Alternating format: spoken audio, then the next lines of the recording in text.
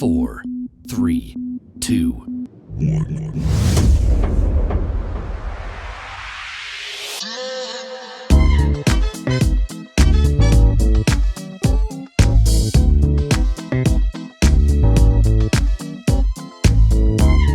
Hello and welcome to 321 Podcast. My name is David Davis and I am your host.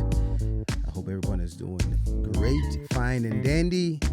For those of you who are watching me on video, or not watching me on video, what I have these special glasses today. They're regular shades, well, not regular shades, but they're shades with a third lens in between the other ones and above. So that represents my third eye. Third eye is open. Today we're going to talk about something kind of, I guess would be called esoteric. I should look that word up before I use it to make sure it's being used right. But I am going to talk and discuss about the title, the topic of this, or the title of my podcast, 4321. What is that? I was asked, what does 4321 mean? Sounds like a countdown, so I guess that would be called what is that called? A double meaning. I forgot what that's called. I asked my sister, who's a teacher. But anyway, so what we're going to talk about 4321. So, but before I start about and discuss what 432 is, I figure I'll lay the framework of what got me into this journey. So I started researching and wanting to understand more about the power of music as a child, and why we are affected by it so much. Because I'm a musician, and my earliest memories of music is hearing my mom play organ in our dining room. We had an organ in there, and she would sing. I'm a preacher's kid, and so my parents were pastors, and so that was my earliest influences of music. And I remember being under the dining room table, playing with my toys and hearing her play and sing, and it made me feel great. I didn't know what that feeling was, but I loved how the music made me feel. Music coming from that Leslie and her voice, it was amazing. And so I always said, I got to figure out how to do that. I want to be able to make people feel the way I was feeling that day or those days. And me and my older brother would listen to records all the time in their room and spend hours just listening to records, listening to music. And I just remember that feeling just felt so great. I said, I don't know what this is, but I want to do this. I kind of knew at an early age that I wanted to get into music. And so when I got into music and I started, growing up and learning more, mainly in church, about music and how an integral role that music played within even in the Bible, where you hear stories of wars happening, and they would send the musicians and the drummers and first on the front line, sort of. And so that would cause, the story of Jericho, but it would cause confusion among the enemy, and they make them able to defeat them.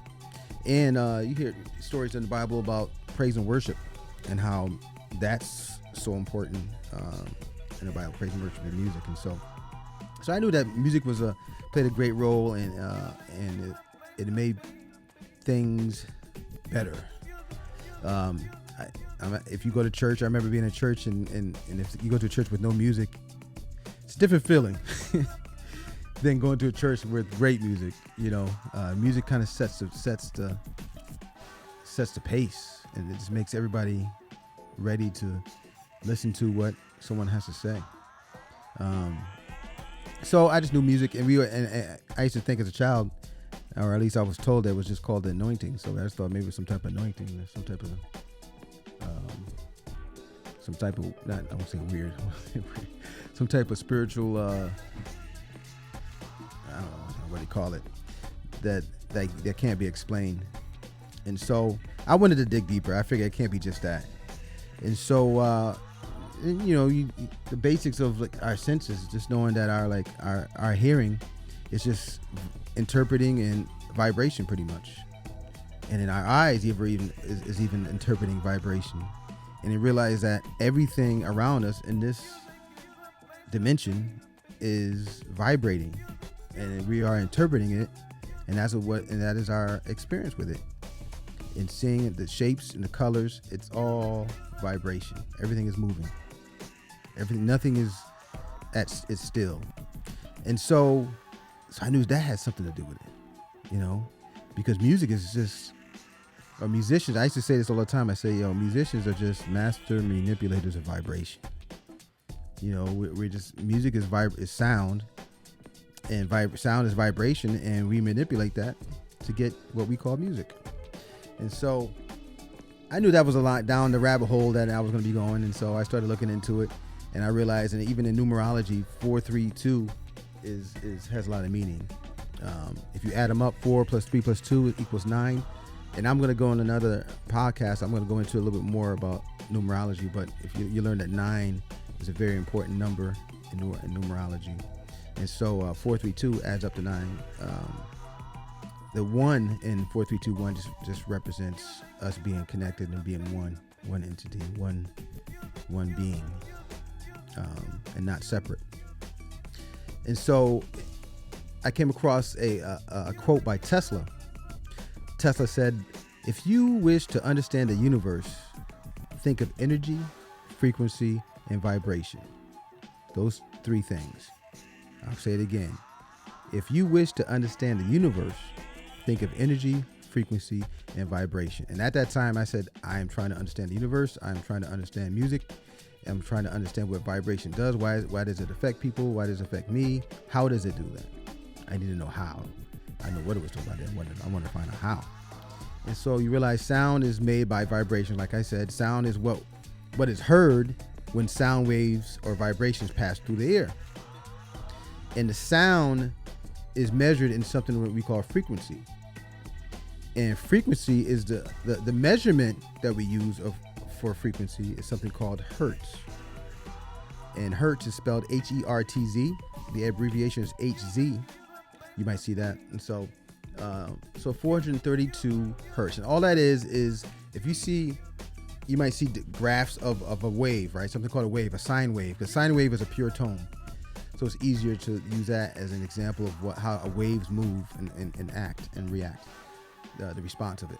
And so you think of a line at rest, right?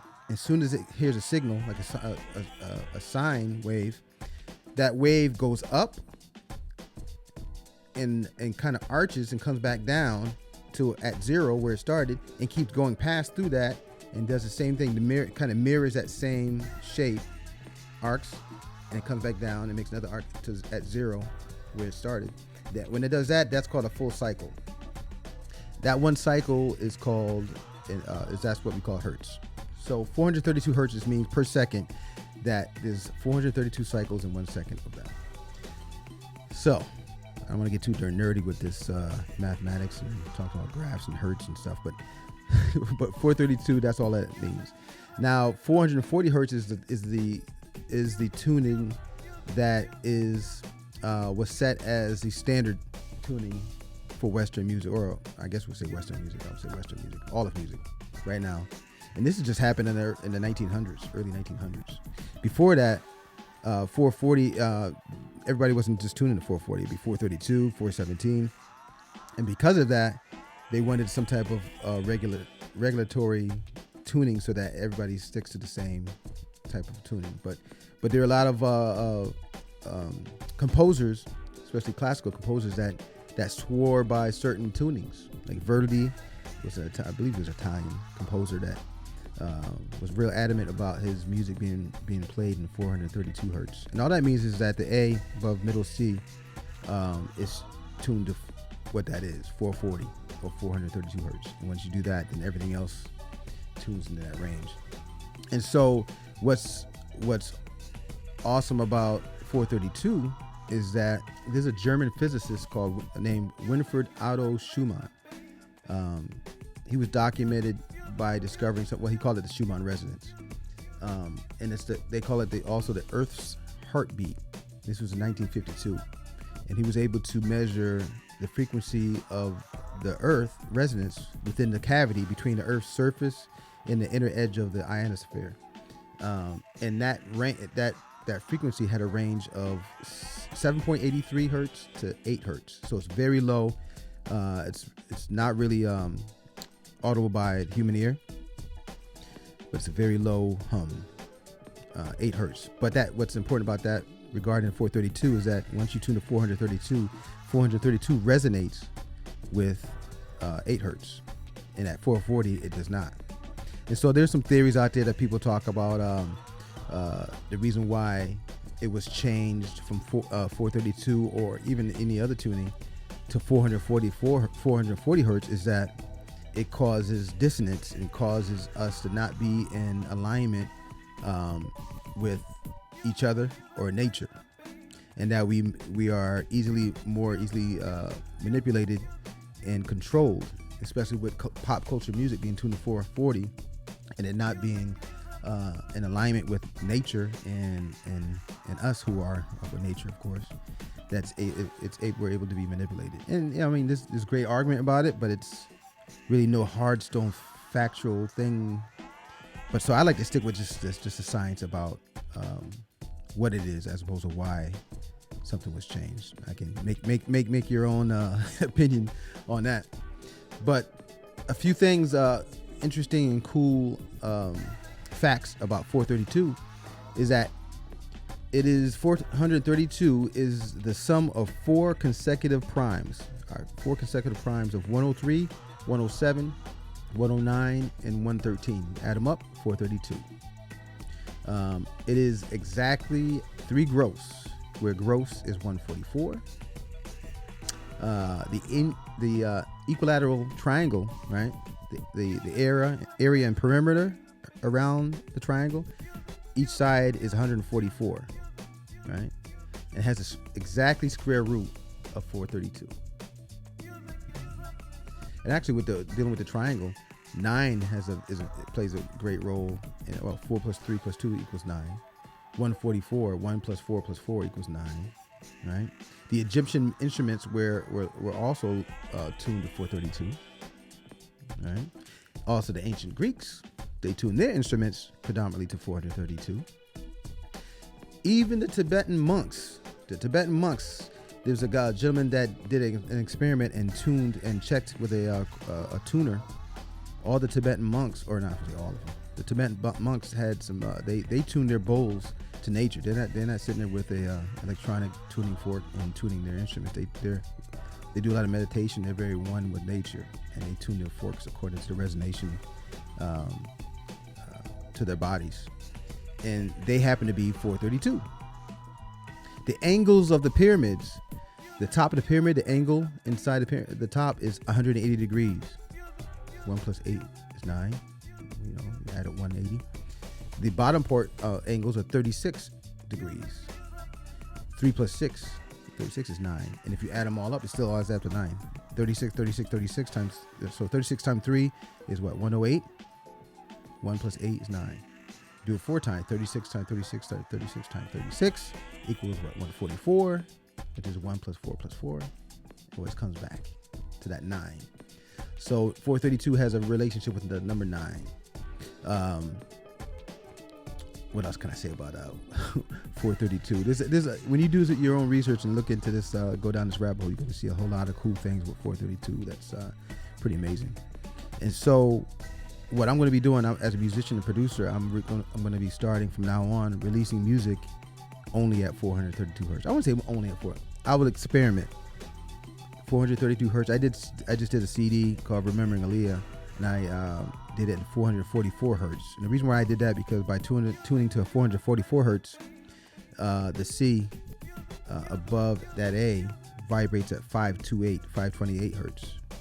And it's known by many people that 528, they call it the DNA healing frequency.